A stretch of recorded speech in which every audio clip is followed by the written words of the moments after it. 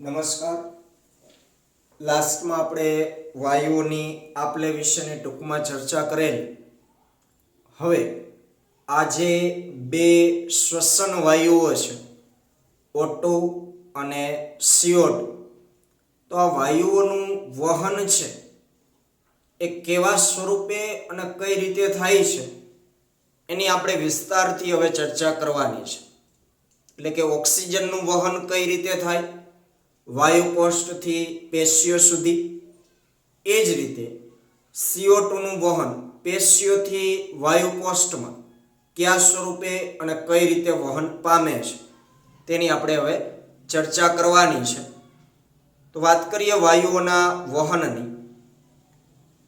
તો O2 અને CO2 ના વહન માટે મુખ્ય જે માધ્યમ છે એ છે રુધિર. O2 અને CO2 ના વહન માટે રુધિર એક માધ્યમ છે. એટલે કે વાયુ કોષ્ઠમાંથી ઓક્સિજન રુધિરમાં જાય છે અને રુધિર થકી જ એ પેશીઓ સુધી પહોંચે છે. એ જ રીતે કાર્બન ડાયોક્સાઇડ પેશીઓમાંથી નીકળી રુધિરમાં જાય છે અને રુધિર થકી જ એ વાયુ કોષ્ઠ સુધી પહોંચે છે. તો O2 અને CO2 ના વહન માટેનું અતિ મહત્વનું માધ્યમ હોય તો એ રુધિર છે. રુધિરના બંધારણ વિશે સામાન્ય માહિતી આપણી પાસે હોય કે રુધિર છે એ રુધિર કોષો અને રુધિર રસનું બનેલું છે. આના પછીના ચેપ્ટરમાં આપણે રુધિરાભિસરણ તંત્ર વિશે જ ભણવાનું છે 18 ચેપ્ટરની અંદર. તો એમાં આપણે વિસ્તારથી રુધિર વિશે જોશું. પણ આટલી બાબત તો આપણને ખબર જ હોય કે રુધિરમાં રુધિર કોષો જેમાં RBC, WBC અને પ્લેટેલેટ્સ એટલે કે ત્રાક કણિકાઓ, આ ત્રણ રુધિર કોષો હોય અને બાકીનું રુધિર રસ હોય. તો લગભગ 97% જેટલા O2 નું વહન પેલા આપણે O2 નું વહન ખાલી એમને ટૂંકમાં કહીએ તો 97% O2 નું વહન RBC એટલે કે રક્તકણ દ્વારા થાય. આંકડાઓ MCQ માટે યાદ રાખજો. 97% જેટલા O2 નું વહન કોણ કરે છે? રક્તકણ. રક્તકણ એટલે RBC, રેડ બ્લડ સેલ. બાકીનું જે 3% O2 વધે છે તો એ 3% O2 નું વહન રુધિર રસ દ્વારા વહન પામે છે. 97% O2 નું વહન રક્તકણ દ્વારા અને 3% O2 નું વહન રુધિર રસ દ્વારા થતું હોય. એ જ રીતે આપણે અહીં 3% O2 નું વહન રુધિર રસમાં એક દ્રાવ્ય અવસ્થામાં થશે એટલે કે એ દ્રાવ્ય થઈ જતું હોય, કોઈ પદાર્થ સાથે ભેગું થઈ જતું હોય અને કંઈક નવીન પદાર્થ બનાવી અને એ રીતે ઓક્સિજન વહન પામતો હોય. CO2 ની આપણે વાત કરીએ. આંકડાઓ ખાસ આપણે ધ્યાનમાં લેવાના છે. તો લગભગ 70% જેટલા CO2 નું વહન છે એ બાયકાર્બોનેટ સ્વરૂપે થતું હોય છે. 70% CO2 નું વહન કયા સ્વરૂપે? બાયકાર્બોનેટ સ્વરૂપે. 20 થી 25% CO2 નું વહન છે. કેટલું? 20 થી 25% CO2 નું વહન છે એ રક્તકણો દ્વારા.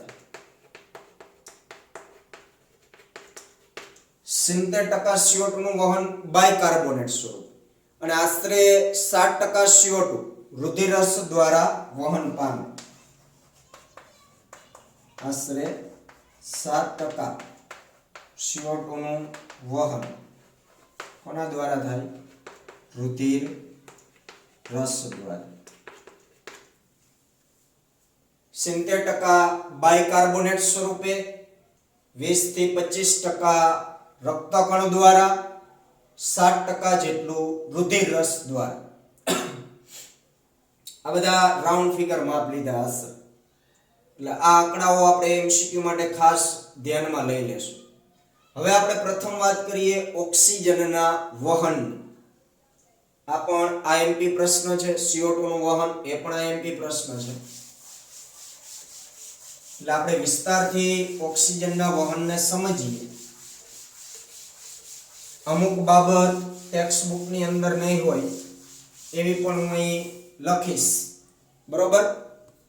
એટલે આપણે એને ખાસ ધ્યાનમાં લેશું. પ્રથમ આપણે વાત કરીએ ઓક્સિજનનું વહન. તો આપણે શ્વાસ લીધો એટલે ઓક્સિજન દાખલ થયો વાયુ કોષ્ઠમાં. હવે વાયુ કોષ્ઠમાંથી ક્યાં જશે? રુધિર. તો હવે રુધિરની અંદર જે રક્તકણ છે અને આ રક્તકણ કે જે લાલ રંગનું આયર્ન ધરાવે છે, જેને કહેવાય હિમોગ્લોબિન, કે જે એક શ્વસન રંજક દ્રવ્ય છે. તો રક્તકણમાં લાલ રંગનું આયર્ન ધરાવતું રંજક કણ હિમોગ્લોબિન આવેલું હોય છે, જે આપણે જાણીએ છીએ. રક્તકણમાં લાલ રંગનું આયર્ન એટલે લોહ તત્વ ધરાવતું રંજક કણ, જેને કહેવાય હિમોગ્લોબિન.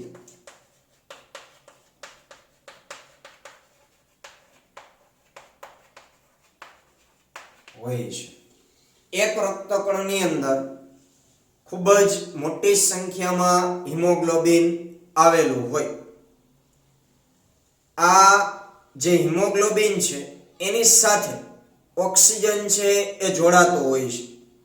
એટલે કે O2 પ્રતિવર્તી રીતે હિમોગ્લોબિન સાથે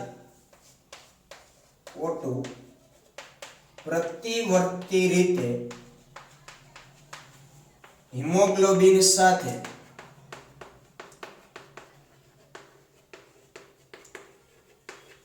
જોડાઈને ઓક્સી હિમોગ્લોબિન બનાવે છે. ઓક્સી હિમોગ્લોબિન બનાવે છે. હવે આને આપણે એક રાસાયણિક પ્રક્રિયાના સ્વરૂપે લખીએ. અને બીજું કે દરેક હિમોગ્લોબિન નો અણુ, દરેક હિમોગ્લોબિનનો અણુ વધુમાં વધુ 4 O2 ના અણુ વહન કરે. એટલે કે એક હિમોગ્લોબિનના અણુ સાથે ઓક્સિજનના 4 અણુઓ જોડાઈ શકે. હવે આ બાબતને આપણે એક રાસાયણિક પ્રક્રિયાના સ્વરૂપે સમજીએ તો ફેફસામાં જે વાયુ કોષ્ઠ છે અને વાયુ કોષ્ઠની આજુબાજુમાં રહેલ જે રુધિર કેશિકાઓ હોય અને આ રુધિર કેશિકાઓની અંદર રહેલું જે રુધિર હોય એ રુધિરના જે રક્તકણ હોય અને એ રક્તકણમાં જે હિમોગ્લોબિન, એટલે હું વાત કરું છું ફેફસાની સપાટી પાસે. આ બાબત ટેક્સ્ટ બુકમાં નહીં હોય, ખાસ ધ્યાન રાખો. તો ફેફસાની સપાટી પાસે હિમોગ્લોબિન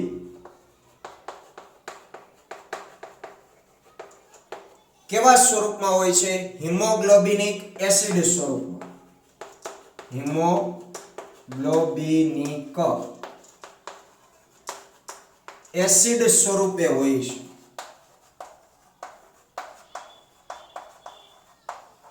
એટલે કે હિમોગ્લોબિન મતલબ Hb+H એમાંથી શું બને HHB આ HHB એટલે હિમોગ્લોબિનિક એસિડ આ લખી નાખજો બાજુમાં ક્યાં ફેફસા પાસે જે હિમોગ્લોબિન હોય એ ફેફસા પાસે હિમોગ્લોબિન હોય મતલબ વાયુકોષની આજુબાજુમાં રહેલ જે રુધિર કેશિકાઓ છે આ રુધિર કેશિકાઓની અંદર જે રુધિર હોય ત્યાંનું જે હિમોગ્લોબિન હશે એ હિમોગ્લોબિન આ સ્વરૂપે હોય હિમોગ્લોબિનિક એસિડ સ્વરૂપે એટલે કે Hb H અને એમાંથી HHB આ HHB એટલે હિમોગ્લોબિનિક એસિડ હવે આ HHB સાથે શું જોડાય ઓક્સિજન જોડાય જે આપણે શ્વાસમાં લીધો હશે વાયુકોષમાં ગયો હશે એટલે એમાંથી શું બનશે HHbO2 બનશે આને કહેવાય ઓક્સી હિમોગ્લોબિન અથવા તો ઓક્સી હિમોગ્લોબિનિક એસિડ ઓક્સી હિમોગ્લોબિનિક એસિડ તો પ્રથમ આ પ્રક્રિયા થાય ફેફસા પાસે હિમોગ્લોબિન છે એ હિમોગ્લોબિનિક એસિડ સ્વરૂપે હોય છે HHB સ્વરૂપે આ HHB સાથે ઓક્સિજન જોડાય એટલે HHbO2 બને જેને કહેવાય ઓક્સી હિમોગ્લોબિન અથવા તો ઓક્સી હિમોગ્લોબિનિક એસિડ હવે આ જે ઓક્સી હિમોગ્લોબિનિક એસિડ જે છે એ રક્તકણની અંદર જે પોટેશિયમ બાયકાર્બોનેટ હોય પોટેશિયમ બાયકાર્બોનેટ એટલે KHCO3 આ ક્યાં હોય રક્તકણની અંદર એની સાથે પ્રક્રિયા કરે અને KHbO2 અને H2CO3 આ મુક્ત થાય આ હું રાખું છું બરોબર એટલે તમને ખ્યાલ આવે અત્યારે હું જે કહું છું એ ટેક્સ્ટ બુકમાં નથી ક્યાંય બરોબર એટલે વ્યવસ્થિત સાંભળી સમજીએ અને આ વસ્તુને નોટ કરી લે હવે આટલું આપણી પાસે અત્યારે બેન હવે શું થશે તો આ જે ઓક્સી હિમોગ્લોબિનિક એસિડ છે ઓક્સી હિમોગ્લોબિનિક એસિડ એટલે કે HHbO2 એસિડ રક્તકણમાંના પોટેશિયમ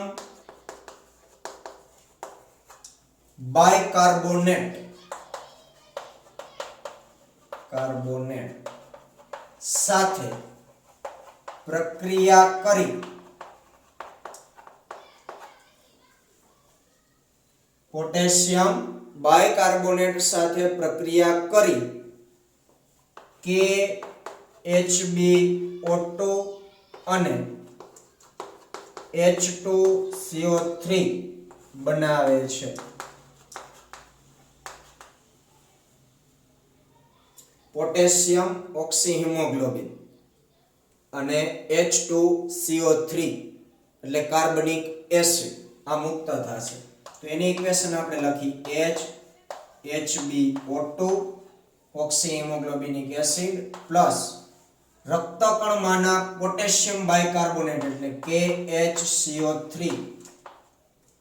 એ બંને વચ્ચે પ્રક્રિયા થઈ શું બને છે KHbO2 આ K અને આ HbO2 એ જોડાણ એટલે શું બન્યું પોટેશિયમ ઓક્સી હિમોગ્લોબિન અને બાકી વધ્યું આ એક H એટલે H2CO3 આને કહેવાય કાર્બનિક એસિડ આવી પ્રક્રિયા થશે અને આ મુજબ ઓક્સિજનનું છે એ વહન થતું હોય છે કયા સ્વરૂપે KHbO2 એટલે કે પોટેશિયમ ઓક્સી હિમોગ્લોબિન આનું નામ લખવું હોય તો લખી નાખો પોટેશિયમ ઓક્સી હિમોગ્લોબિન આ KHbO2 એટલે પોટેશિયમ ઓક્સી હિમોગ્લોબિન. આ પોટેશિયમ ઓક્સી હિમોગ્લોબિનના સ્વરૂપે રુધિરની અંદર ઓક્સિજનનું વહન થશે. પછી આ રીતે આમ એકલો ઓક્સિજન વહન ન પામે. કયા સ્વરૂપે? KHbO2 સ્વરૂપે રુધિરમાં ઓક્સિજન હોય. પછી ઓક્સિજન હવે જ્યારે પેશીઓ પાસે પહોંચશે એટલે પેશીય સપાટી પાસે, હવે હું અહીં લખું છું,